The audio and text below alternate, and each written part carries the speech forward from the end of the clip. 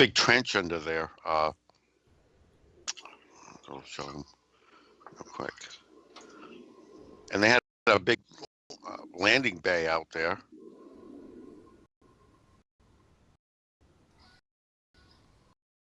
Right here. Mine's right there. Right in your face. That's the landing hangar basin under there, yeah. Wow. There's a city here with the buildings and everything. Yeah. That's the under the ancient transit system that we caused a flood there. Now for anybody, this is on Google Earth, correct? Well, it's on my Google Earth. I don't know if they'll be able to see this. But on regular Google Earth?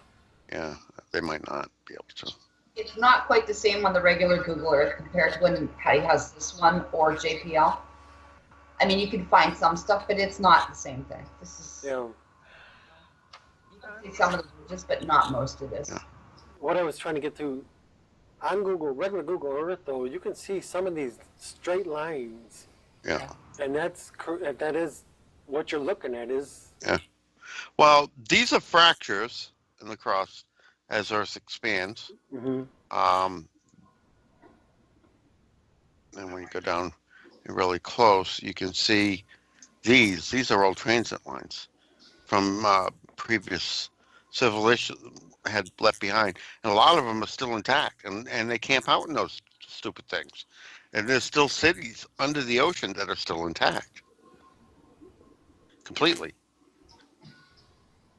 So right here, whole mess of them all together. Yep. And what's the way to get there? The dumb transit lines connect to those. That's what I mean. So we're not just flooding what's under the land, we're flooding what's under the ocean too. So don't worry about ice melting because that water is going elsewhere. May actually get some, well, the one off here, I put it down 250 feet deep. This one here is all the way down at, I don't even know how deep this is. I never put a thing on it. The hangar base is over here, and when that floods, it's probably going to break the door down here too. Because all I did is on one of the hangar bays, I just blew the door out, and then blew the door from the hangar bay to the transit system. But I mean, you can see how deep these things go. So these are getting filled with water, all of them. I'm filling the whole network up. That's right off the coast of Florida. Yeah. The Atlantis transit system, yeah. They crisscross all under the ocean. There's entire cities out there that the ETs have been inhabiting. The only one I didn't do was the one that was off of New York. Down here, they destroyed this, but they didn't flood the network. That's what caused this crack here. The Council of 12 took this base out. You got another map of all the ones they took out, but they did not. They took the people, the ETs that were in them out, but they did not flood the bases, and they did not flood the transit network. Then they're not as mean as I am. Well, I wouldn't say mean. I would say they've had enough time to... Yeah, they've had 4 years to get this done, and they didn't get it done. Yeah. Is what it comes down to. Where's the... They've had long enough to get their act together. Yeah. More than enough. This is the white boxes are the ones that the Council of 12 took out. Okay. Most of them were under the ocean. And it's a pittance compared to what Patty and the forces Yeah. A pittance. Who is the member of Council of 12? Well, that's the Andromeda Council. You can go to their, you can go to their site and get the whole list of who's there. Who's who. They're the 12 races who actually provide seed stock for the male side of the equation of creating the human race. That's this side here. And then you click on the tab here. Into the races and the star systems they're from.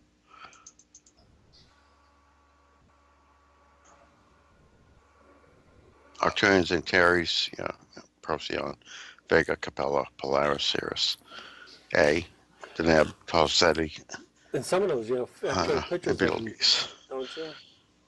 What's that? And some of those, you actually have the photos of the beings. Yeah, like Arcturians and whatnot. Yeah, I've got photos of a lot of these. There's some other people in here too. The Palladians are in on it, and all the, and of course the Civil Legion's in on it, and they're like another whole different group, Cosmic Alliance partners. That's the Civil Legion, dragons.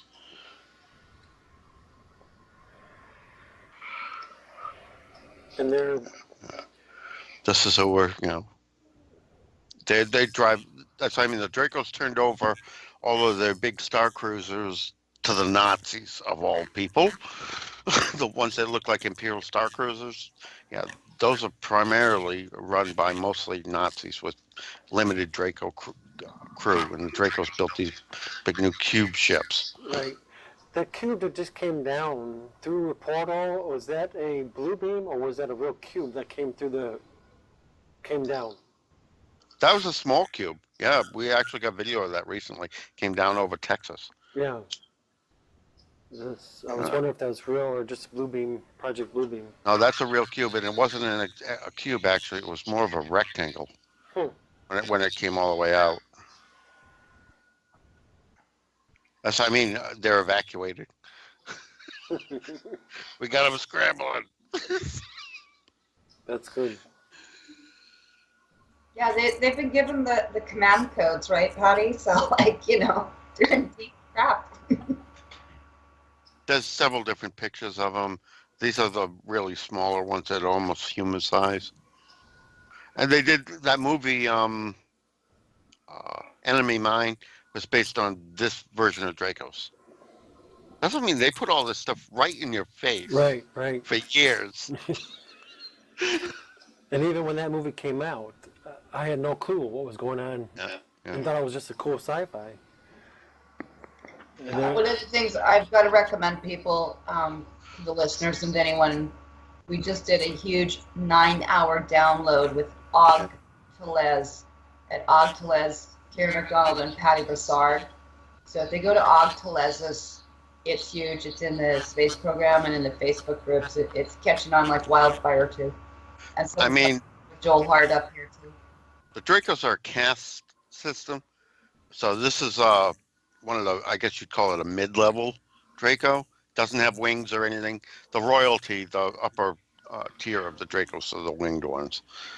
This is a Dracos, and this is what he looks like when he's wearing his human skin. He's in charge of the Busegi Mountain Complex, there's a recording of all the history of Earth and a biogenetics lab in there and all kinds of fun stuff, as well as the control panel to configure Earth, one of the 4 control panels to configure Earth. These are the smallest Draco. These are actually shorter than humans. So 4 foot. Mm. And then you have some really nasty ones, which are, they call them retrograde Dracos, which we've got pictures of them on Mars, running around on Mars. Long ass tails and fangs and, where is it?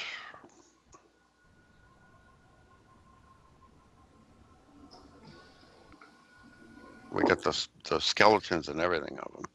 Because there's a bunch of really rowdy ETs on Mars. There's a skeleton. There's a skull. Would they be any relation to like raptors? The dinosaurs? No, actually, then they have no genetic commonality with stuff that Gaia made at all. Oh, okay. I must have put it up in the other folder. I have been trying to sort some of the stuff out. The one I had running around on Mars. There. Right there. Right there. Yeah. Long tail. That's a retrograde. That's gone native. How how tall would that guy be? Around? Probably about somewhere between 12 to 14 feet. They're big. Mm. Big and mean. Yeah. These are, the Imperial Star Cruisers from Star Wars. The Imperial cruisers. That's what the Dracos used to drive. And they've turned all these over to the Nazis. We've destroyed a shitload of these things. And that was when you took him out this recently. Well, when I was doing the tuning all the planets, including Earth, with crystals and everything, they pulled a massive evacuation. So we would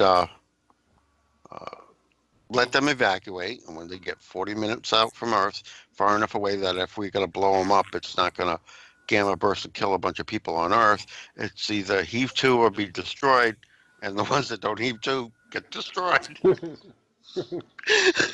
Yeah. Hammering the shit out of them until they blow up. It's pretty hilarious. On mainstream TV, they'll say those are meteorites. Yeah, triangle-shaped meteoroids, Yeah, right? yeah. With thrusters out the back. No That's less. what I was going to say. Triangle.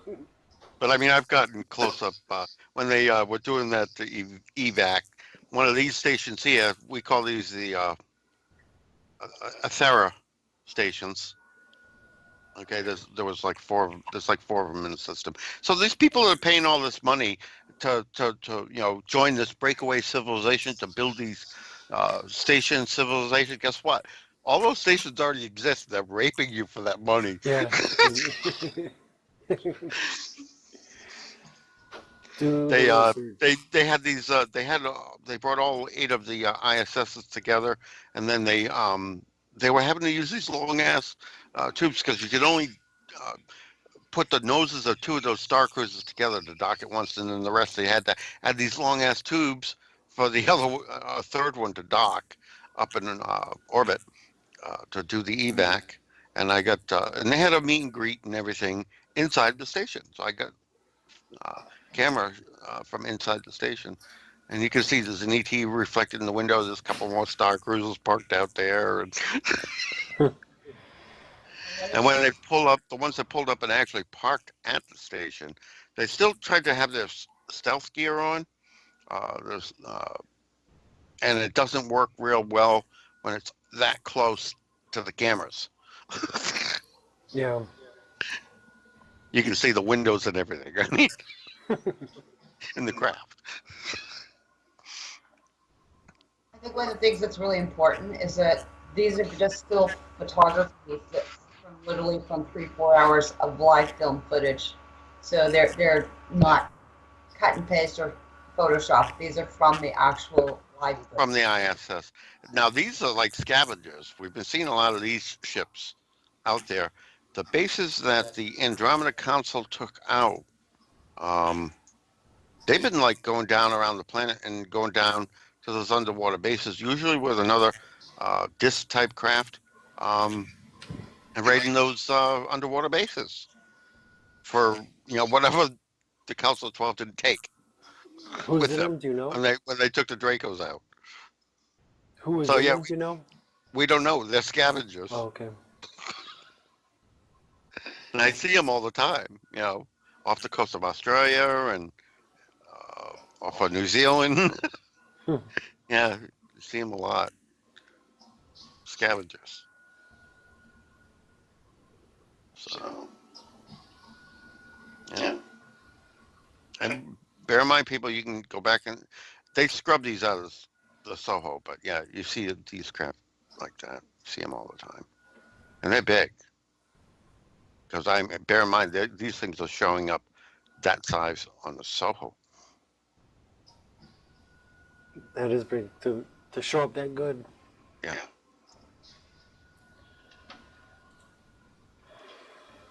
Scavengers. How is this going to interact with the radiation levels now? I mean, with the flooding, and we've got DUMS, it's also going to affect, obviously, because a lot of them are nuclear powered. through these nuclear plants and the waterways and the water systems. Well, they're radioactive, but they're not nuclear powered. Actually, the stuff they throw out is, well, okay, and I've said this in the past. I'm going to say it again. Nuclear bombs, okay, when you blow a nuclear bomb, there's 40 waste products, okay? When you blow up a nuclear power plant, there's 214 waste products. So on that scale, 40 to 214, now you go, and these enemy ships, they're even way more toxic. So Chernobyl, Fukushima are just hammering us. Yeah. Plus the ships that are being blown up now. That's why I had to come up with implosion bombs for taking ships out at that were down in orbit or in our atmosphere or on the ground, just so we don't have that problem. But those big star cruisers, I got a shot here somewhere, them from the ground, yeah, to give you an idea of scale. Okay, that's the Draco star cruiser in orbit. Give you an idea of size. That's right off of That's the Hawaii. Yeah. Keck. Keck. Okay, Keck. yeah. That one. And, That's a good shot. here was starting to. Another ship was coming to it, and it was starting to go nose up to leave orbit. And that's just not camera glare or the blur No, of a light. that's stink lights. Right. Those are all along the side of the hull. So nobody can say, "Oh, that's just blur." No. I invite anybody to go and just watch the Keck, because you get to see all the traffic zipping around. I even put a little 1 minute video on project. It shows quite a bit of traffic. Yeah. Well, it depends. Actually, there probably is going to be a crap load now. Yeah. Let me go to the Keck. And those are ones that anyone can. Well, there's several there. There's the cloud cams, and then there's the Keck. And you can pick your dates and all of that. Okay, should we find stuff on all? This is the cloud level. Cams, there's several cameras up on the thing there. That's in low level. Well, one. Two. That was last night's. Yeah, not. Let's go to the actual Keck. That's the cloud cam. The Keck actually is up higher. It gives you even better view.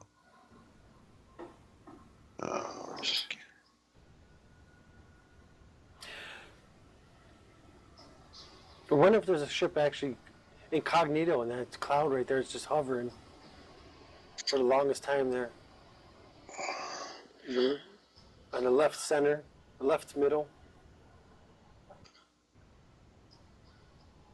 That's not it. That's the Canada France one. Where's the Keck? Well, I'll go to Cosmical. Okay.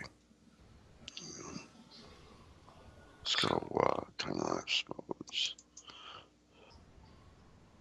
And this, you pick your dates as well. We'll go full screen. Go. And it does show out the what are the constellations and whatnot, so you can tell what's normal or what isn't. Right. There's a lot of clouds out there. I guess they're trying to hide stuff now. But you see the flashes and stuff up there? There's some fighting going on. Those are pretty bright too. They don't want you to see that, yeah. This is pretty tame tonight. I don't see anything see again, really around. Again, this cloud is on the left middle. It looks like a ship. Yeah. Incognito. A big ship. Oh, see, now you see ships taking off. Yeah. And no, those aren't airplanes. Let's actually go back date some.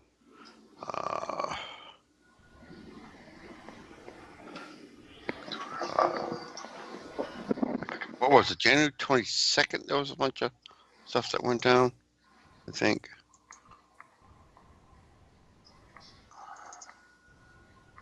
We had a whole bunch of like mid-November, around the 14th, 15th too.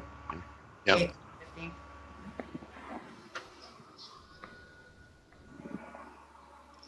This is another stellarium constellations. Yeah, you see them going across the clouds. See? Yeah, yeah. Okay, there's no sun. This wasn't one of the nights. When was the battles? I forget the dates on them. November, mid-November, we had a bunch. Yeah. When they tried to do the fake ET invasion. Yeah.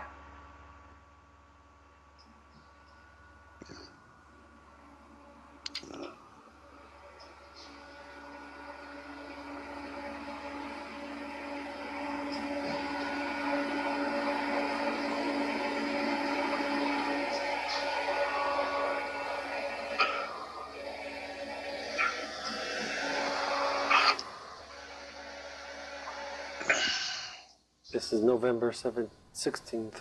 17th, yeah. Yeah. It was around, I think, 8th. Yeah, you see them all Yeah, yeah. zipping up out of the clouds? They have a major base out there on Hawaii.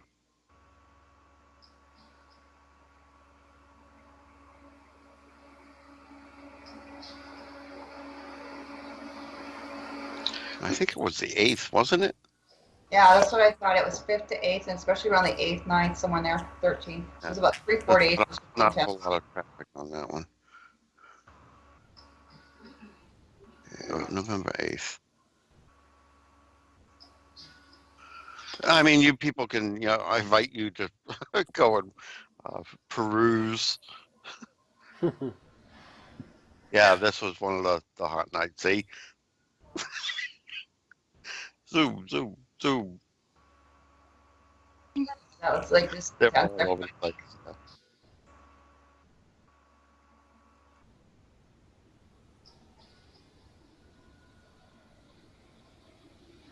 And for the people that say the jets, what's your answer? No, they're not. I'll show you. I can show you on one of the clear days where the airport is, and you can watch actual airplanes take off and how slow they move and how small they are compared to these things, like that. The airport's way over here.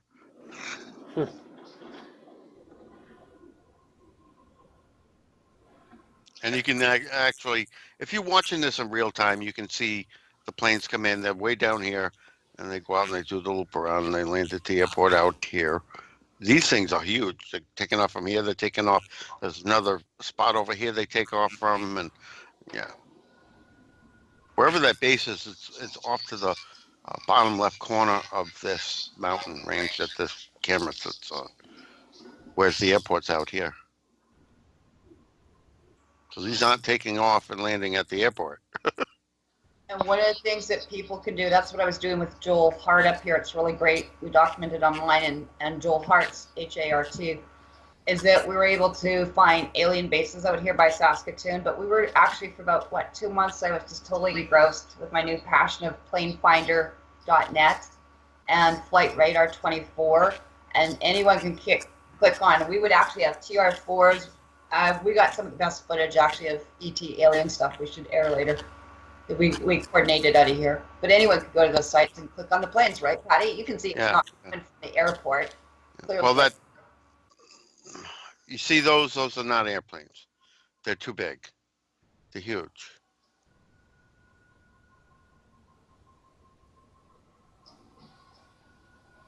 And that was a little saucer craft that went way up. See? Yeah. Those are not. Those are going out. Those are going out.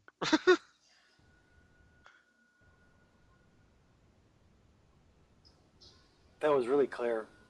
Yeah. Some of them coming in. Yeah. That's pretty cool.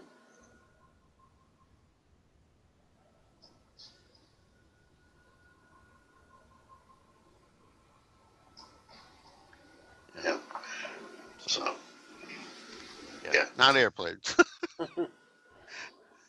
Especially that saucer craft that went up like that, went all the way up like that, and right out. Yeah. Zoom. That was the 5th, November 5th. Well, I mean, they tried. That was right there. They tried over a period of 3 weeks, 3 major attacks. 2 of them on the Atlantic coast and 1 on the West Coast. That's what I mean. We decimated their ships. So I mean, this is like a progressive loss of resources for them. And when Yeah, you see, hang on, I'm gonna back because that was a good one. I want to pause that. Go back. Come on. See if I can catch one. there, See that? That's not an airplane. That came in from outer space. right, you see, come right in. Even the one later on comes in really high from outer space. Pretty cool. And that craft is about half the length of the airport runway below. That's directly below it right now. We've seen crafts as big as like what you would call like over 2 states, like literally. Well, this is the camera that I captured that Star Cruiser, and it took up, it was like 500 miles long.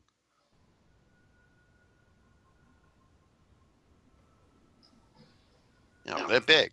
Some of them are really big. Whereas like that one there, that I stopped it on, that's like that one that a little bit bigger than that one that's crashed on the moon. That's like the size of Manhattan.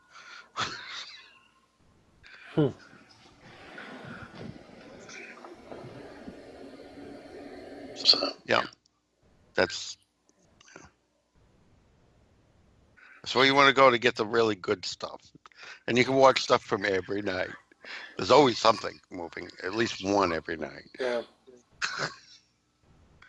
And then there's the lower ones, which are down at cloud level,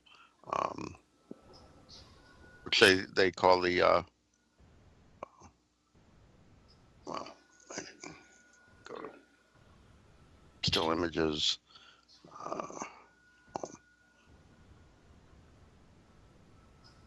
Canada, France, Hawaii telescope.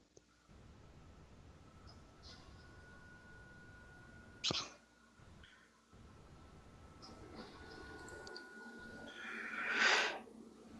fun stuff. Yeah. Do a refresh on this. Let's see if we got. Yeah, we're getting there. Got California in there now.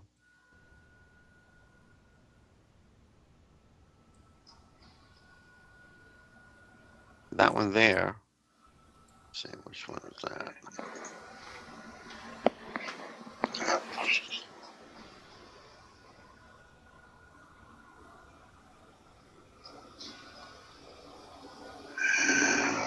Yeah, okay, so we're up in here. That one right there, this is the one we flooded. We started the floods on these 2 here, that one and that one. Actually, we did 3, if I remember correctly, that night. How does that affect the dam stuff? That's what I mean. We drained a lot of the water out of that was being in the dams first. That was the main concern. We didn't want. Here's the map of the 3 that we had and started flood works on.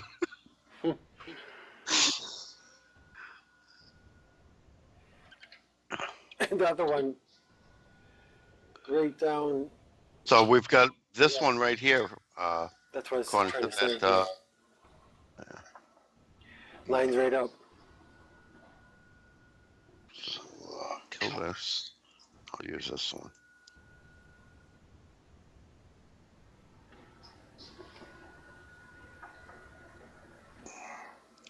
On this map, we've got right there. That's one of the main hubs right there. Yeah. And up the line, it looks like this one.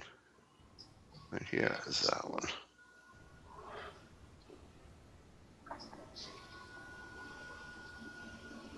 And this one here is on this line, and the ones above it, it's on this line. And as you notice, there's one that sticks off to the side, and that's this one. On the arc. Yeah, right here. Yeah. These two. That's these two here. You gotta, on this map isn't, you actually gotta take the map on the left and rotate it a little bit to get it to match up, but yeah. Yep. We're hitting them good. Rotate it 2 degrees and line right up. Neither one of these lets me rotate it Yeah. by degrees, so yeah, I have to deal with what I've got. But, yeah. Yeah, they're working on getting up your way shortly, Karen. Are you getting me prepared for this? See how That's okay. We have a scorched earth and take no prisoners, and that's it. We have new policies into place. It's the last place I wanted to come up here. this is this, so let's follow line down to. Hasn't quite gotten to this hub yet, but they're hitting some bases down here. Yeah. Like that one right there. That's another hub right there.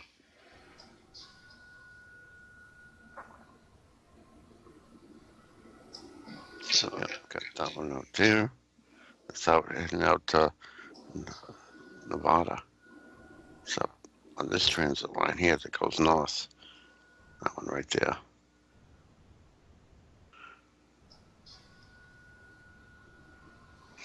But if you look globally, like I said, this isn't just the United States that's Right. getting hit.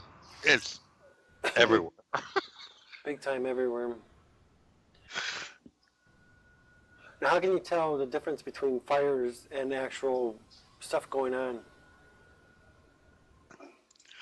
Fires, if you zoom in close, come on, you'll see smoke coming off. These are, there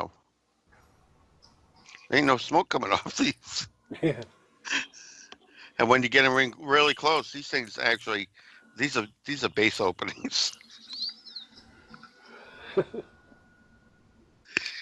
There ain't no smoke coming off those. And I mean, I can do gases and stuff too, but yeah. Like, like you get a lot of carbon monoxide from fires.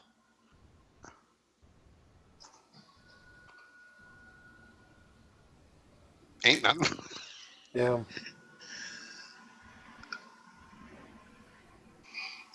They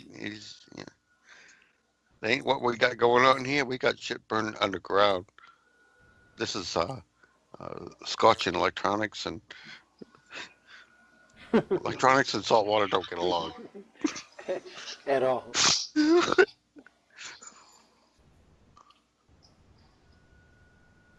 So, Patty, with all the different things we have up here, we've got, by Saskatoon, we've got so many uranium mines here. We've also got tons of potash. So we've got Potash Corporation Saskatchewan, we've got PCA, we've got Chemical, we've got all this stuff going up here too. Is that not going to affect this eventually too with them? Because, I mean, a lot of these transit tunnels, they've got to be using as hide or, subterfuge for basically what they're doing there. See, these aren't volcanoes either, because they ain't getting no sulfur dioxide either. So they're not volcanic either.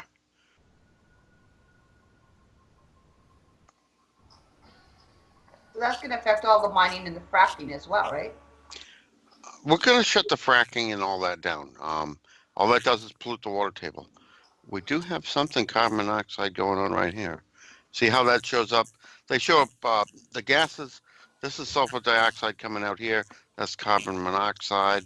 They show up in different colors than the strictly thermal. And they're not even in the same locations. Right. What do you think's going on right there? In the pink and blue. This,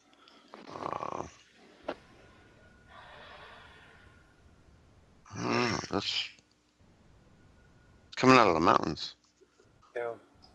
out of the forest, which is odd. Let's see which one it is. Let me kill a couple of these, see if it goes away. That's sulfur dioxide. So, the volcano off gassing underground? Maybe? Or they've started another coal mine fire. Yeah. That's in the the range there where they have all the coal mines. That's outgassing a good bit too. Yeah. There must be a vent there, and they're not.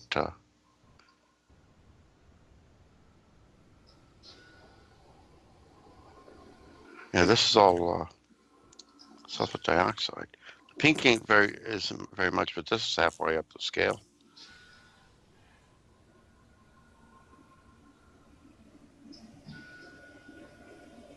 So it's Done there, done there. 100 DU, maybe? The blue, the pale blue? Yeah. About 300. Yeah. Yeah, blue's the middle. It's red is 500. So yeah,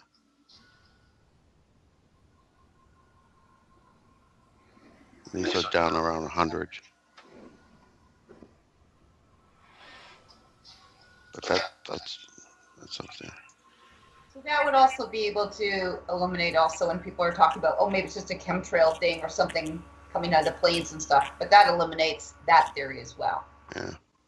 Right. And look at all the sulfur dioxide up your way.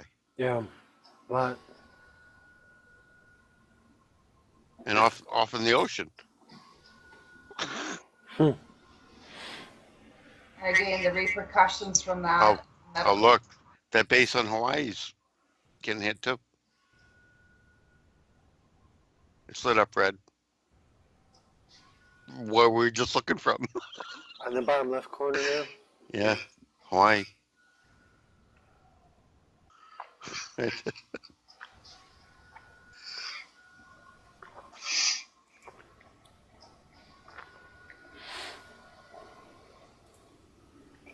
Yeah, and this is that swirl we were telling you about. It almost looks like you've got it like an inland hurricane operating right over the lake up there. Yeah, and And that's what's drawing all the high winds in like this past Indra. on the other map, it was red in the center, wasn't it? For super high. Well, it was red on the upper portion of it, like up here. Yeah, in the arm.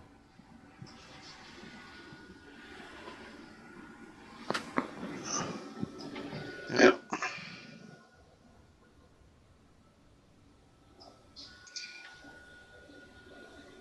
Yeah, and this is what I was saying. This whole area here, in a swath, you got to remember, the Earth tilt was less, so the equator ran differently, up at an angle. This whole swath across there, that's all the deserts and everything are. That's where the folks from Tiamat settled, built a civilization, and then they, came in from orbit and wiped it all out. That's why I mean, if you dig down 400 meters, anywhere in this swath here, you find stuff. In the tan. It's all ancient, yeah, it's all desert. Ancient civilizations are under there. And you can see where the openings are. You look where the sulfur dioxide's coming out. You got a little blue zone up there. That must be an entrance. One down there in the bottom center. And they got a dumb base, a recovered part of the city made a whole base of it under this plateau here, in this area here.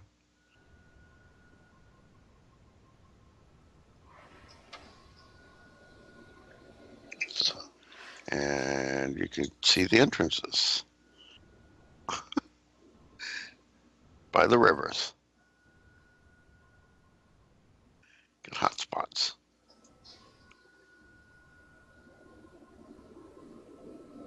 And there's no carbon dioxide there. No, there's nobody living there. Those are entrances Yeah. in the middle of nowhere. The heat coming out of them.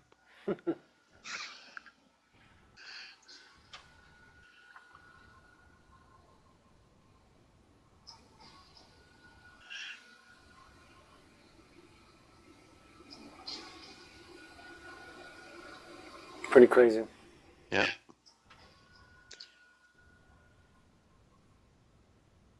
Up there in the mountains, you got stuff coming out.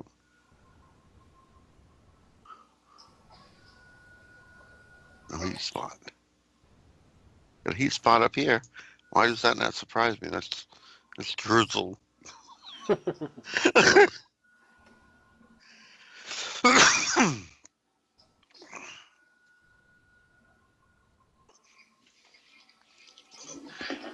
And look at all the ones in.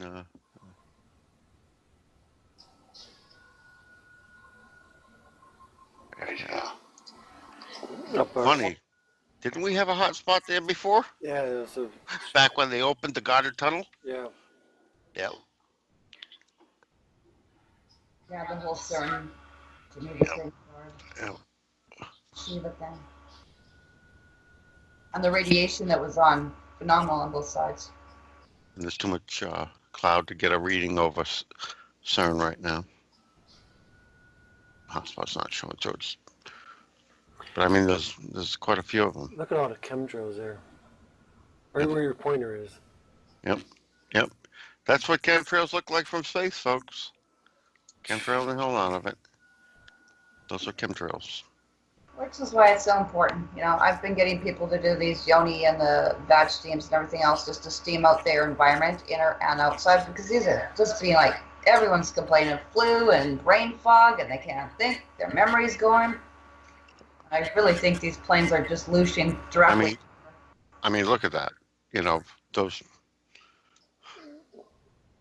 Yeah, those are chemtrails. Big time. Yeah. They have to be doing something like what Karen just said, because everybody's complaining over here too of being sick. Oh, this is huge what I've been doing. Like, I mean, I'm to the point where, I mean, I was doing a few people, but now it's like people are just like inundated, and I can tell like where the hot spots are through the biofeedback, the radiation, everything, the chemtrails, you know, a lot of my lab people, implants, just ringing off nuts now. It's like a mass exodus. And you look at this, middle of the desert, middle of nowhere, and you have. Can you dissect that any to figure out what's going on there? Like you were just doing with the sulfur and stuff? That's, like you said, that's in the middle of nowhere. Yeah. I mean, if you go there, that's northeast of the Horn of Africa. That's like out. Let it rest up. I mean, there's literally nothing out there.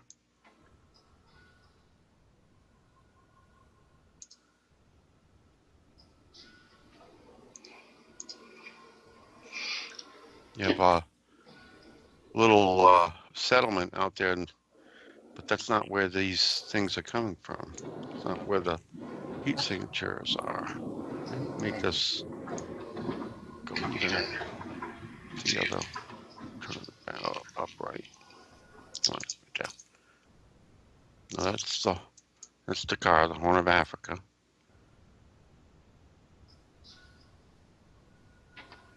That's the car, the Horn of Africa right there. You got the river there, you got the mountain range there, like right there. That is, it's right here. There's nothing out there. There's literally nothing out there. So what's making the heat signature? What's this? What's this large?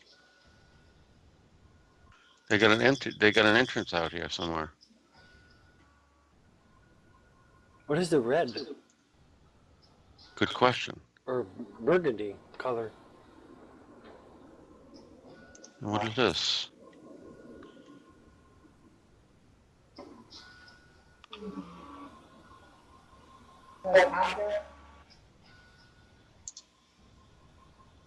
That almost looked like I saw sitting on the ground.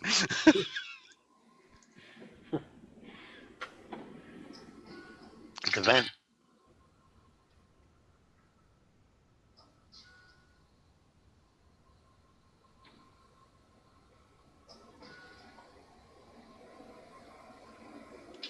Yeah. Hey, Sven. Hmm. But that's what I mean. Anywhere in this swath, dig down 400 meters, you have a whole civilization under there that the top level of it was destroyed, but there's still tons and tons of stuff under there. That's why you can't go out there without a permit. The government wants to Jesus. know everybody who goes out there to do anything. Unbelievable.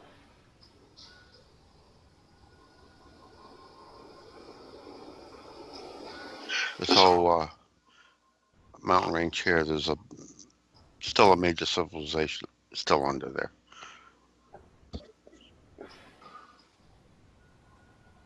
And you can see the weapons fire that hit it. Those weren't meteoroids. Those were weapons fire from orbit. Do you know what race is under there? What's that? Do you know what race is under there? Yeah, well, I mean, most of them were killed off, but it was the folks from Tiamat. When they escaped Tiamat blowing up, came over. Our moon was originally a moon around Tiamat, and they used it like a life raft.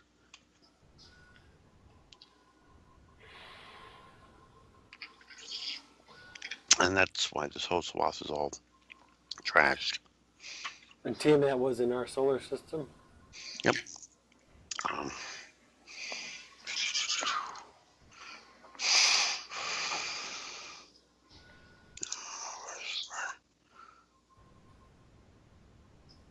This is the solar system before Eve came here.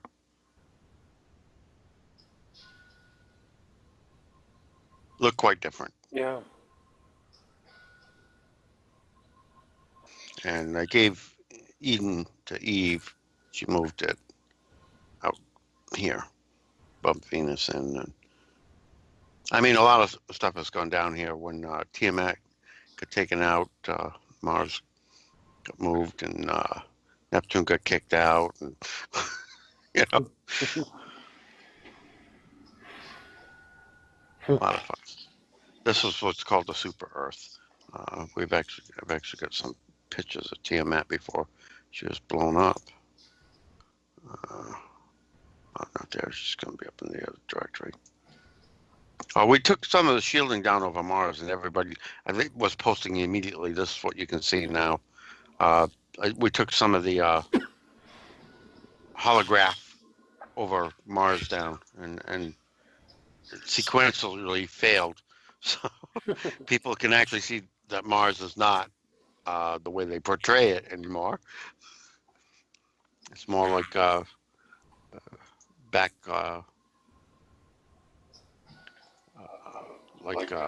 just I did a scan of it just before Eyes on hit it, but this is the real Mars, and I've showed this to people before. But, yeah. With the atmosphere. Yeah, with the atmosphere and water and all that. So, that's Tiamat. That's what it looks like.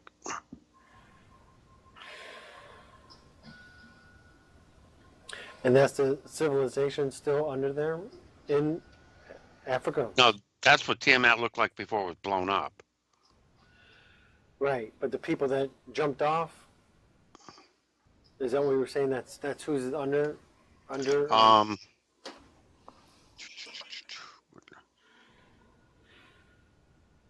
know. Let me figure out what directory I stuck those pictures in.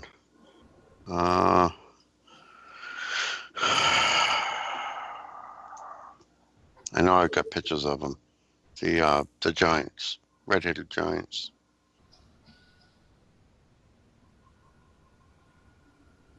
I'm not sure what folder I put them in now. I don't know if I have any here. No.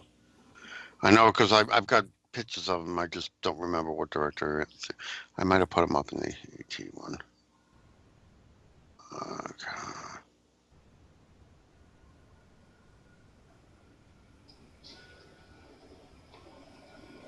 Or maybe not.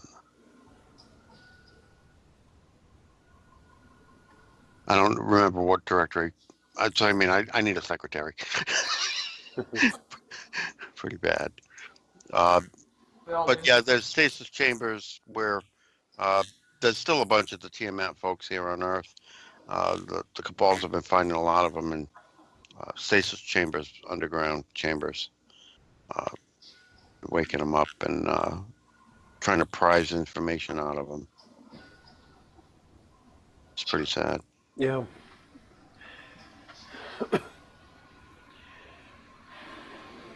How are they waking them up without killing them? No, I mean, this is our graduation time, and they knew it. So they've been waking up automatically. Okay. Okay. At the end of this time period, and they were waiting for them to wake up, kidnap them. That's messed up. Yeah.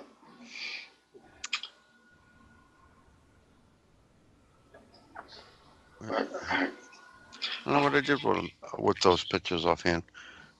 So, and no Nibiru for you Nibiru nut jobs. Nibiru is not going to be hitting Earth. Nibiru is is this? That's Nibiru right there. It's driven by the progenitors, 6 times the size of Earth, and this is the design of it. It's actually Nibiru 2, Rev 2. So there is going to be no collision, and that's the other thing.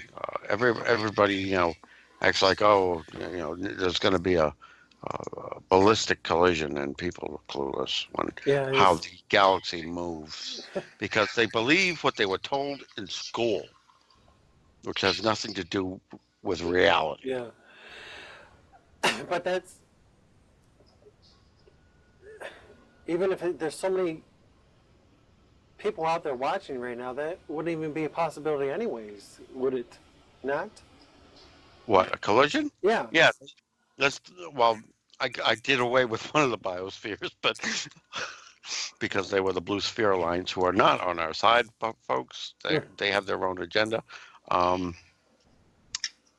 There's 396 out there now. Well, 395 because the blue Kachina there's something else going on nearby that it went to go look at. But just so you understand the way the solar system actually moves, it's not like they taught you in school. This is how we move. Not like a record player.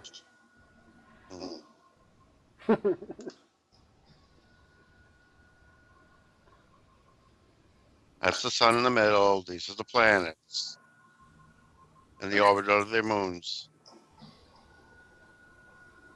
This is how we move through space. Yeah.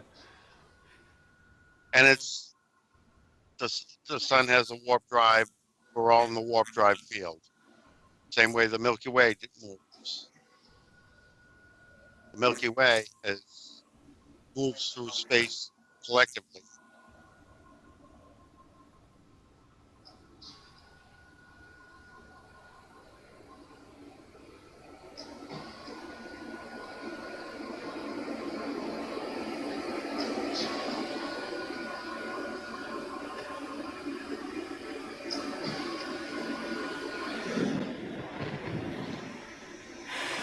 Pretty cool. Yep.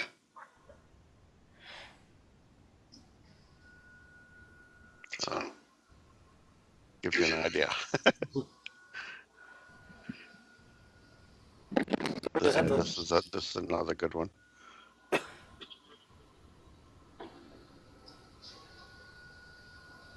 That's how we move.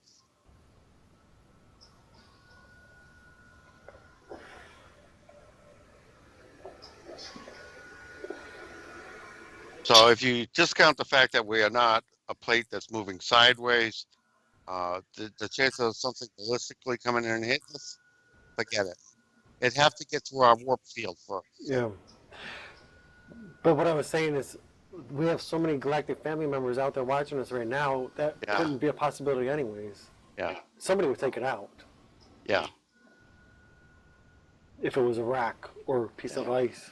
And just for people, people's edification, the Red Destroyer, as it was called, otherwise AKA the Red Kachina, we rented it defunct. It's sitting out there dead in the water right now. Say that again? I don't know what we're going to do with it. It had a red plasma, sentient plasma entity in it. That we killed. Not that one. I don't know what we're going to do with that. I don't know. Maybe give it to one of the planets as a moon or something. But it's currently sitting out there dead in the water. That's it right there. And that's the size of our soul. Kachina, that's, the destroyer and all that, that's in the, all the Anunnaki writings and all that. That used to be one of their tools, and we destroyed it. Right. So, well, we didn't blow it up because then that'd create more debris. We got enough problems with debris from Tiamat and the asteroid belt stuff. We don't need any more. At all. And that's what everybody saw moving. That's the patent of the Death Star and all that crap. That's what it looked like on the Soho, and we watched it come in. I don't know, multiple times. Recorded it, and we kept kicking it back out until finally we just went and boarded it and destroyed the entity that was running it. Yeah. So it's dead in the water. It's not going to be doing anything at this point.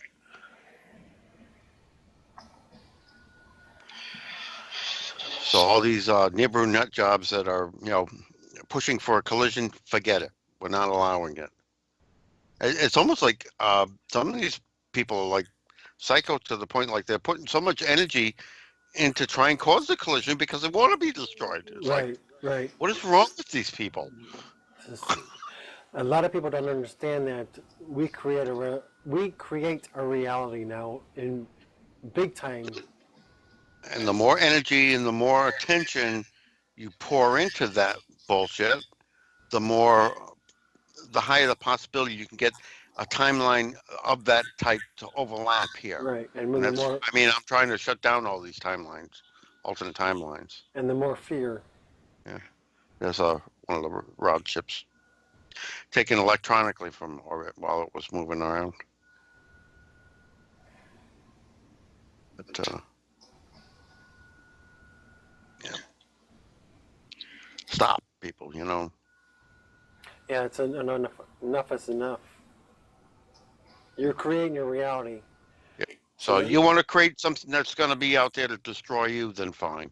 I'll put you on a timeline where you can die, okay? if it comes to that. Leave ours alone. Leave timeline 0 alone. This is the difference between what they show the public and what I see. Yeah. And that's a huge difference. I think people need to get that. Yeah. Again, not only is it just doctored, these aren't even the same projections that we've seen. So people, when they're trying to dish or trying to take things apart and critique, they have no idea what we're even looking at. It's a public stream. Yeah. Well, this is the difference. This is a public stream. This is what I see. So they both say, live ISS stream, YouTube, and how many are watching, but this is government folk, how many are watching. This is the intelligence agencies ones. And then there's stuff like this, the rod chips, show out like that. Yeah, it's half a state. Hmm? Half of a state. The length. And we're talking a state like Illinois. Right. It's actually more than Illinois. Yeah. Because that's St. Louis right there. And That's- that's the bottom of Lake Michigan. So it goes, it's long enough to go from the bottom of Lake Michigan to St. Louis. One of the things that's really imperative, this is why people really need to look at innovative stuff. That's why I like my new Yoni badge thing, is like getting people steamed up, but from the, getting their root chakras open, because they're just not seeing this either, because they literally are blocked up. They can't even sense there's danger. Yeah. This is, the weird stuff we get materializing when too many people cause a timeline to overlap. We get stuff like this appearing in the middle of the freaking Atlantic Ocean. We took a helicopter and went out there to fly around it. It's like, this doesn't belong here.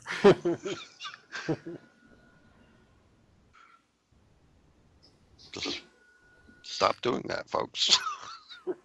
Seriously. Yeah. And this is the danger of people supposedly like light workers and being coerced and co-opted into, let's say, like the Mian Keshi thing, and using the gifts of these people for detrimental purposes because they don't know the bigger picture. Keshi should be arrested. Yeah. File Pizzagate. He's doing nothing but finding people of fifth level capable to charge the little scalar wave mind control devices he wants everybody to build. So you basically, when you're making those things, you're making the devices so they can control you better. Right. It's a rod chip, or using the electronic system. So that shows that it's not just a artifact that's over the looking directly down. I use another satellite look at it from the side.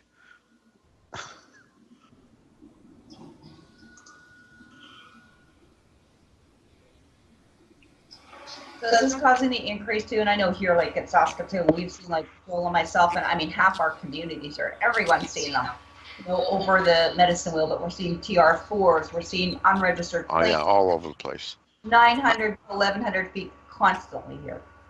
Yeah, they just did a whole film on Earth Forces ships and the space capable Earth Forces ship. That's what they look like. For real. Yeah, exactly. Interesting talks. We talked at Og. I also talked with Denny Hutt. They call this bird of prey. And Alita Kalpunk just started talking a lot about that at the Secret Space program as well. Yeah. We've been a lot with her the last couple of weeks too, myself. Really seeing what they were doing and how they were working. Space fighters.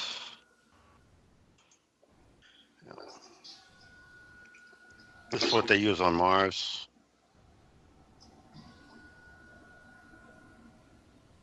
You can actually get models of these things now, too. That's what the Secret Space Force uses to do Mars ARP. All four of these swivel their ion drive, take off their VTOL. I was going to ask you what they propelled. Yeah, ion drive.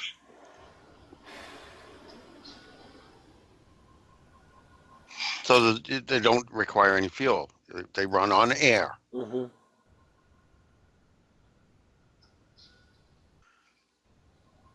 So that's what I mean. There is no reason for us to have be burning dead shit, basically.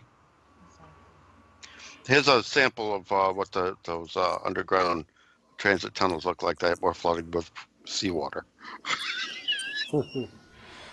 These are ours. These are the upper level ones, the smaller ones. Right. And they're huge as it is.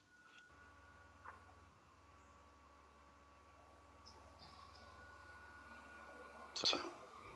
Yeah, these are capable of going, like you said, Mach 1, 707 miles per hour. I mean, that's huge. I think half of what probably these potash mines are really doing. I don't think it's all potash under my TV. Here's a bird of prey being shot out of orbit.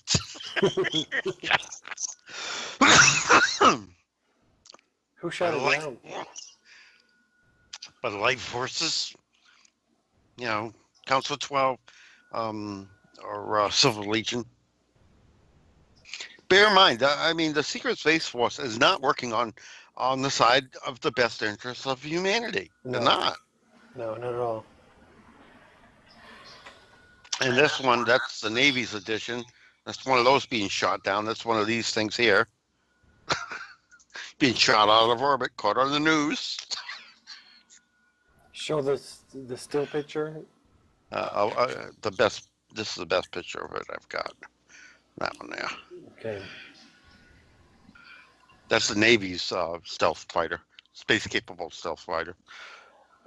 Pretty much anything you see coming out of the sky when they go say on the news, it's meteors. Those are stuff getting shot out, right?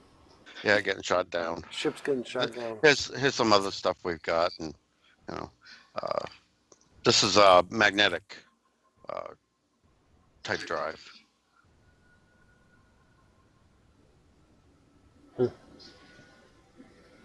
And bear in mind, if you take as a percentage the abductions, about 70% of them are not done by ETs. They're done by our own government. Right. The secret government. That's what we're trying to put an end to. This is what the Lemurians look like. Somebody did a sketch of one. That's Shasta, Mount Shasta in California, in the background. This is Phil Snyder before his autopsy. Just so you understand, he was shot with energy weapons. He did not kill himself. He was killed. Right. So that's why they cremated his body. They didn't even want the autopsy of this to be shown. It was quite clear that he did not kill himself.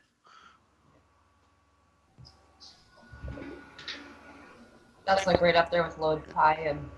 Yeah, here's one of the older dumb boring machines to give you an idea that how many stories tall those holes are. And this isn't even the latest and greatest. This is one of the older ones. The new one's a nuclear. Yeah. That looks like a figure. So. Where do you see us all going from here, Patty? Going higher. What? And this is who makes these things. Boeing. So yeah, they are made here in public view by people working at these companies, and they don't even know what they're making. You're right. They're signing what? Disclosures? Notice of non-disclosure like they're doing here at Fort Mac or anywhere else, right? Yeah. Here's one of our reverse engineered flying saucers. They had to do thrusters until they did. Okay, here's one of the reasons for these super soldiers. They have to hybridize them with gray type DNA because these saucer craft, these anti-gravity craft, don't have any physical controls. They're mentally controlled. Right. And even that, putting a human behind the wheel, so to speak, they couldn't get it to sit still. That's why they added all these thrusters around the bottom. If you see a real ET saucer, they're perfectly smooth on the bottom. You don't see any of this. They don't need any of that. It's all mental. Yeah, they have much better mental control. So again, hence a little bit of the vaccines with putting why I'm finding all the snake venom, all this weird venom or gray or alien material in people's systems now. Or well, they want to kill humans off. They want to keep 2% of humans, and the only ones they want to keep are the Rh negative with DNA that is low frequency. However, the Sally Ray Grays, who are actually part of the 5 members of the Council 5, the Galactic Cops, in order for their DNA restore program, they need the Rh positive high frequency DNA for their program. So they're at odds with each other.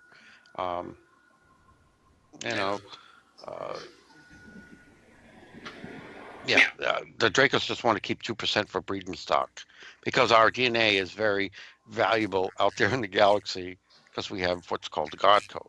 We were designed to be triple spiral, and we had some pretty such abilities that we scare the bejesus out of all these other races. If we were returned to original factory condition, yeah, we scare the bejesus out of them. With the things we could do. Because you know what? We don't need ships. We could just teleport anywhere. Yeah. And not just on the planet, but to other planets and things. That's why we didn't have ships, because we didn't need them. But that's eventually that's where we are going. Yeah, Correct? Guy is pumping out a signal to. This is what we got now, and as you can see, there's no opening down the middle to run the energy. This is what we're supposed to have. This is what we had originally. And when you run energy down the middle of a triple spiral DNA, you create every geometric waveform and energy, including a tesseract, which is teleportation. We could do it without a ship. Right. Go anywhere. And to give you an idea of how they work these jump portals and things, just how to tie it together, how that works is right here. Those are the 3 energy waveforms you need to create. Creates a phase conjugated portal. So take our daily Solak, right? This is why it's so important to eat healthy anymore. Well, I'm teaching people to basically it's off the trees. I mean, think about a monkey. If it's like hanging above the planet rather than sitting in this cesspool of like swamp crap, then at least we got a bit of a chance at it. So it's like spruce tree, cedar wood, frankincense, everything, but back to lemons, limes, oranges. Goji berries. Now within the solar system, we go from planet to planet. There are natural standing waves, and that's what you can. That's how easy it is. You know, you're basically hopping on these standing waves that already exist. Gate dials exist because our orbits are not exactly circular. Right. Around the sun, they're an obloid. So the gate dials are to dial in the offset. That's what they're for. So again, we got to move Earth back out here, bring Mars in, and then bring Tiamat back. Saturn, I'm in the process of pushing right the hell out. And then I'm going to bring Neptune back in, put it where Saturn was, and give, bring everything in. Neptune used to be, Uranus used to be our outside ring, our cleaner. That's what tilted on the side. No, even her moons go sideways like this around her. That was like our outer rim of our galaxy sweeper. yeah, street sweeper. Yeah, street sweeper.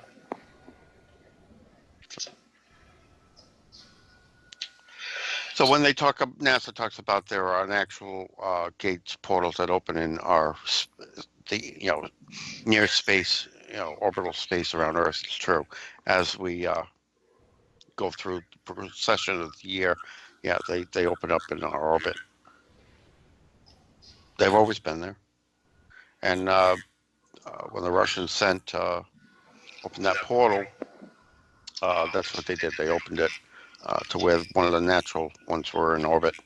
It was up 155 miles to send ships and staff and everything out to Mimas in orbit around Saturn. Yeah, so they knew what they were doing. Yeah, that was Mimas right there. You could see it right in the hole. Right, right. How many miles? Right over the base, right? That was over there. Most people didn't realize. They thought with that Project Bluebeam, but there was a base there. How many millions of miles is that magnified where you see the Nemus in the portal? How many what? How many millions of miles is that brought in where that portal's opened up? So when that portal's opened up, Mimas is let's go to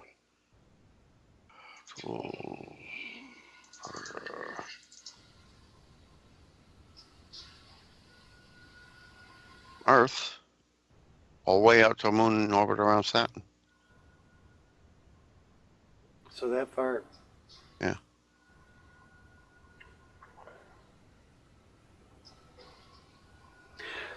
One jump, one step. Go through here, pop out here. Now, who did they get the technology from? Just the Russians did that, right? Oh no, we've had the. Like I said, there's 16 other classes have. We're the 16th class here. 15 other classes were raised here, and humans never needed the technology that's been here for a long time, because we could do it at the DNA level. Right. I'm asking you because I've been through your class, and the people that listen haven't. Let me edit. Let me make this one I can blow up, and I'll give you the idea. Change this to a JPEG. Save. Show people where Mimas is. Right here, in orbit around Saturn, just outside the rings. That's Mimas. Okay. And that's a look at Mimas. And you can see that's the one with the big Death Star looking round black spot on it. Right. With a weapon projector in the middle. Right. I would ask you the simple way to put it in perspective of what we actually saw that day. Yeah, they were portaling from Earth to this moon right here. Which is sitting right here in orbit around Saturn. Right. That's Mimas. Yeah. Now put them in a little more perspective what's going on behind our backs for so long. The technology is being used. And we're still the peons. No, we're not. We're actually the most advanced out of all of them. But that's why the Dracos changed us. Removed our third pole to clip us of our ability so they could, here's the main thing. They don't have the spark of ingenuity. They can't make anything new that didn't already exist. Everything the Dracos have, they stole from someone else. They have never created a single solitary thing, ever. Like metagene. Like the Chinese stuff. Like the Chinese and Japanese. Yeah, the Chinese just copy everything. Send it over and we copy it back. So, yeah. No disrespect, but actions speak louder than words. Yeah. Well, and you look at what was going on with Stonehenge and stuff, right? As Patty talks about when you look through the 13 back tombs. Right. But they kept trying to copy and then water down and then break down.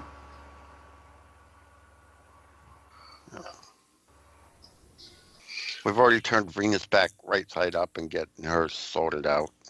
We're going to give her a moon and everything. See, the Saturn is 888 million miles from the sun. That's pretty bizarre. It's 484 million miles from the sun. No, Saturn, I'm saying. Oh, yeah. 888 million, yeah. And 888 is the new beginning, isn't it? I think with this... No, usually mine is actually. 888 is actually a 6. So we got to bring Mars back in a little bit. Here's the thing, to bring the whole thing with bringing Tiamat in, you have what's called the Goldilocks zone, okay? That's the habitable zone. We're in the process of bringing Venus out a little bit to bring her firmly into the green. We got to bring Mars in a little bit up to about right here, and then that leaves us back to space to put Tiamat back.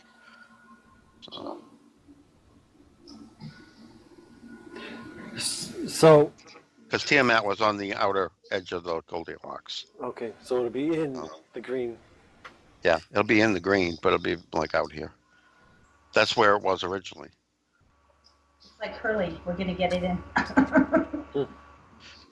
If you look at the thing, you'll see Ceres is still there. Ceres, because that is the original core, the remains of the core of the original Tiamat that got blown up. And there's Nazis are camped out in there, and they got a biogenetics lab there and a cloning lab and all kinds of stuff camped out on that moon.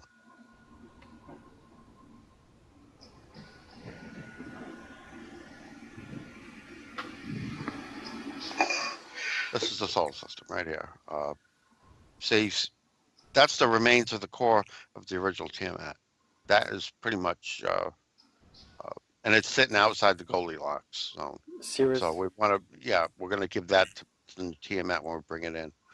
We want to move Mars in a little bit and straighten her orbit out because it's really eccentric.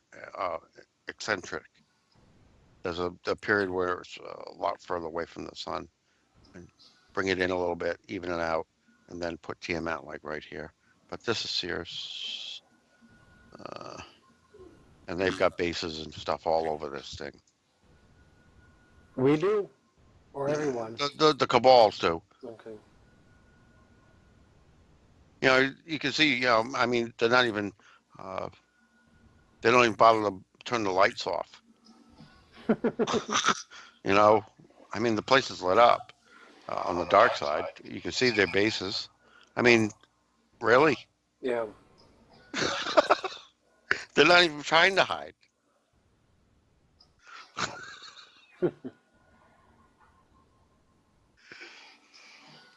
So yeah. And we're gonna give Venus Sedna, which is right here. Bring that in. That's a red one, and give Eris to Mars. Yeah, that's. I mean, there's a lot more out there that you don't ever hear NASA talk about. Make, Omia. Can you zoom in on one of those? I'll give them Sedna because everybody thinks that Sedna's, you know, the destroyer. Well, it's not because it looks like it. And that's the one with it's got a really wide orbit.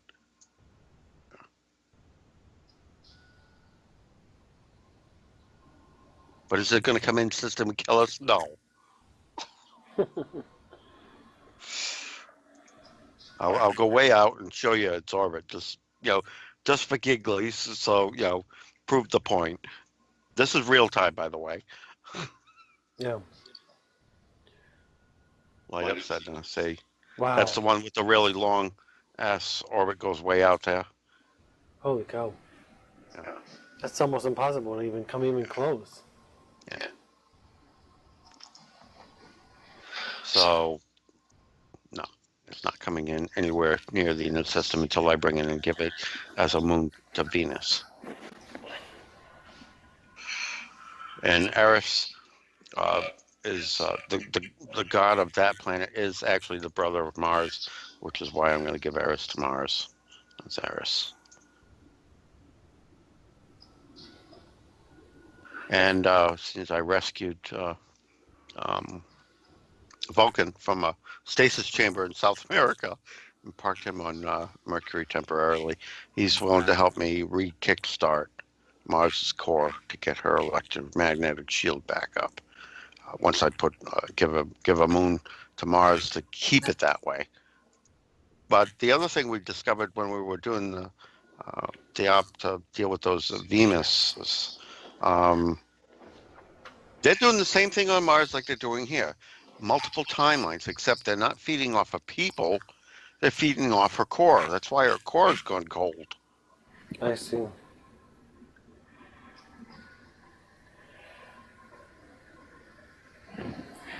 So we shut that down. When do you think? And that's the Greys that are doing it on Mars. Okay. That's what I was going to ask. The Orion, yeah, from the Orion constellation. But Saturn's, about ready to go, pretty much. And her 24 battle moons are going with her when she goes. They're already lighting up bright when she winks out. She winks out as like 9 frames in a row on the live camera, the satellite we got out there.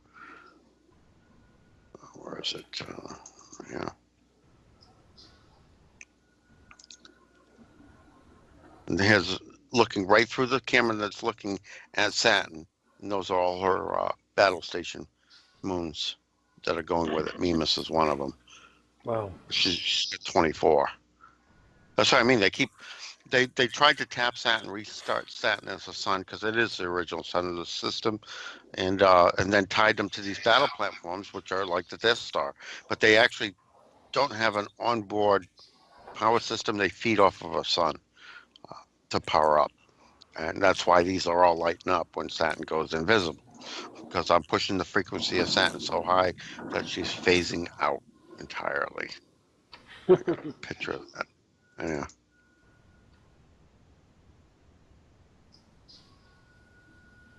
Wow. Right, people know some other stuff too. I think one of the most instrumental things too I've seen is when you did some of the things at the obelisks and Paris and stuff. Yeah. Huge.